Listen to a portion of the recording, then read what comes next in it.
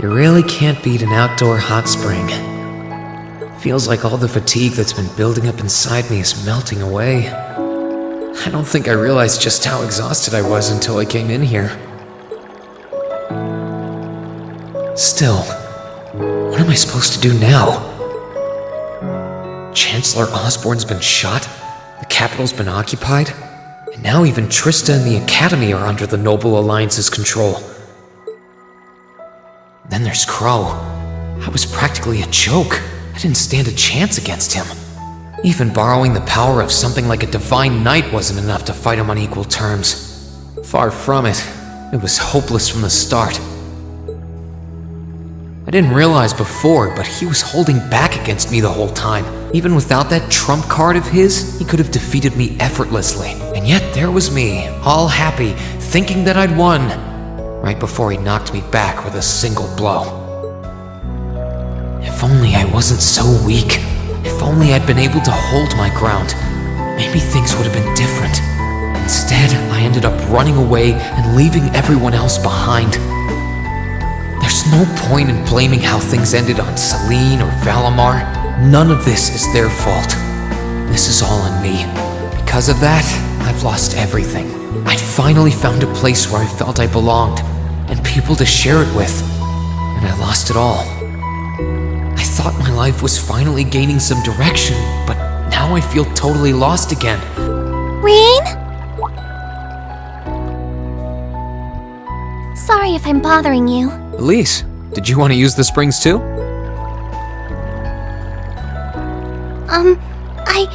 I heard you were here, so I thought that perhaps I could come and join you.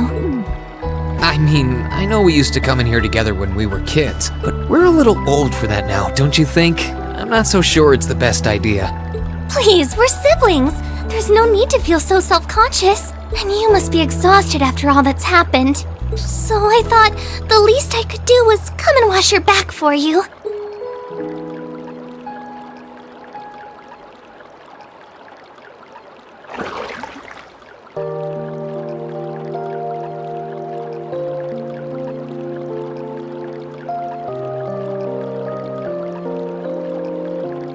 The water's nice and toasty, huh?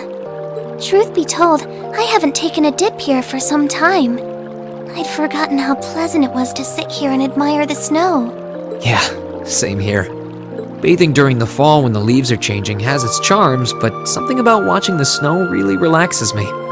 And it's plenty relaxing even without a bottle of sake in hand, despite what Master Kafai might tell you.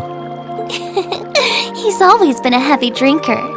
To say nothing of the fact that Father can never turn down the opportunity to help him finish a bottle or three whenever he visits. I'm sorry. You came out here because you were worried, didn't you? Oh no, not at all. That wasn't why I came here at all.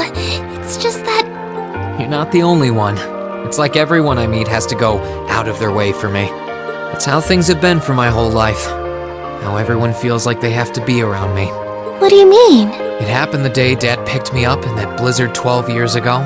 It happened the day when I lost control and scared you 8 years ago. It happened the day Master Kafai cut short my years of training. It even happened only last month, when everyone risked their lives so that I alone could be saved. That's not... Looking back on my life, I've been too fortunate for my own good. All I've done is bask in the kindness of everyone I know, giving nothing worthwhile in return. On the contrary, I've brought nothing but misfortune to them instead. Like I'm some kind of curse. I don't have the right to be treated kindly. I don't deserve to have others putting themselves out for me. Not when I seemingly can't do a thing to return that kindness and am too weak to fight for them when they need it most. None of this should have ever happened. If I'd known it would. If I'd known things would ever become like this, then I'd never have gone to the academy to begin with. Stop! Do you seriously mean all that you've just said? The right to be treated kindly? And who exactly decides who has that right, whatever that's supposed to be? I don't look out for you because I expect something in return or because I want you to defend me. Acts of kindness aren't debts to be repaid. I look out for you because I care about you, because you're important to me. And I'm sure that Mother, Father, Master Kafai, your classmates, and all of your other acquaintances feel the same. So please, from the bottom of my heart, please don't say that you don't have the right to be treated kindly. Of course you do. You just don't realize it. You care so much about the people who matter to you. So why can't you understand that those people care just as much about you? Think back to that day when you were separated from your classmates. What kind of expressions did they have when you parted from them?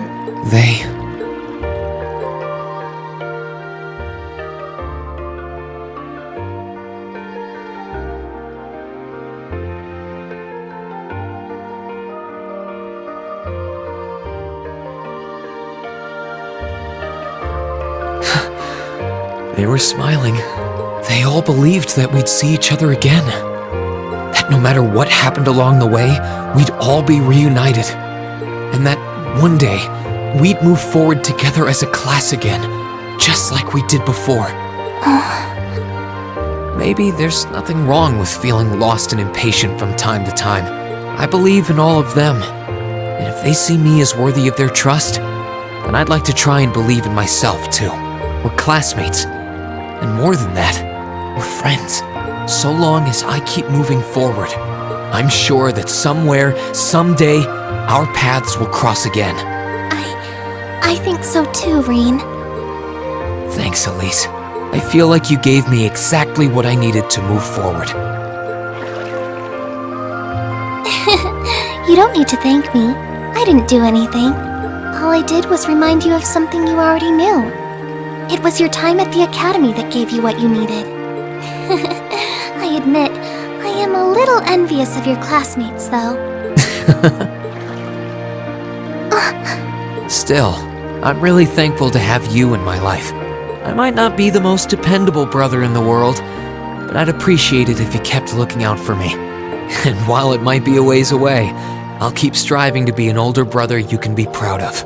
I'm always proud of you, you know. And of course I will. I see all's well that ends well. Your Highness? And you've brought Celine, too. Hope you don't mind us barging in. What brings you here? I heard that you were both here from Toval, so I thought I might come along and see how everything was going. Besides, how could I pass up a chance to help cheer up Reen? And oh, what a heartwarming sight I happened to stumble upon during my humble quest. Considering you were waiting for the perfect time to make your grand entrance, stumbling is a stretch. You were waiting? Were you listening in the whole time? Elise, have you ever known me to be so unladylike? But I see you've done a fine enough job for the both of us. Oh, the bond between siblings is truly a miraculous thing. Not only do you share an unwavering kinship, but you'll always have the tender embrace of skinship within reach. I'm so jealous.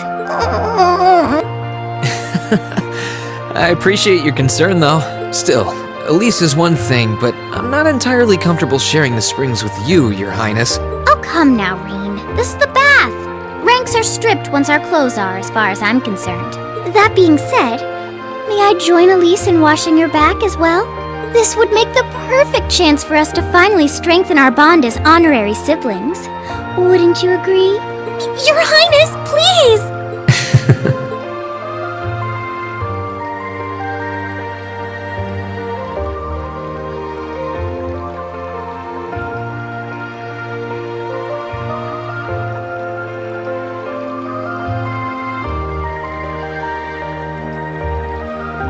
I'm sorry, okay? Huh? About, things. I'm not exactly all that cognizant of human feelings and the like. Emma often points out as much. But thinking back, I have done some things that were probably quite insensitive in your eyes. Look at you. Huh? If anything, I should be the one apologizing. Shouldn't have taken my frustrations out on you like that. Can you forgive me? Forgive you? Why would I need to? I really don't get you sometimes.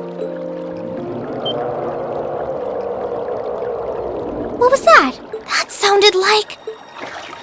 I know exactly what that was. It's that magic knight we ran into on the way down the mountain. I had a feeling Toval's art wasn't enough to finish it off, but the fact it's still active isn't the only problem. It sounds like it's coming this way.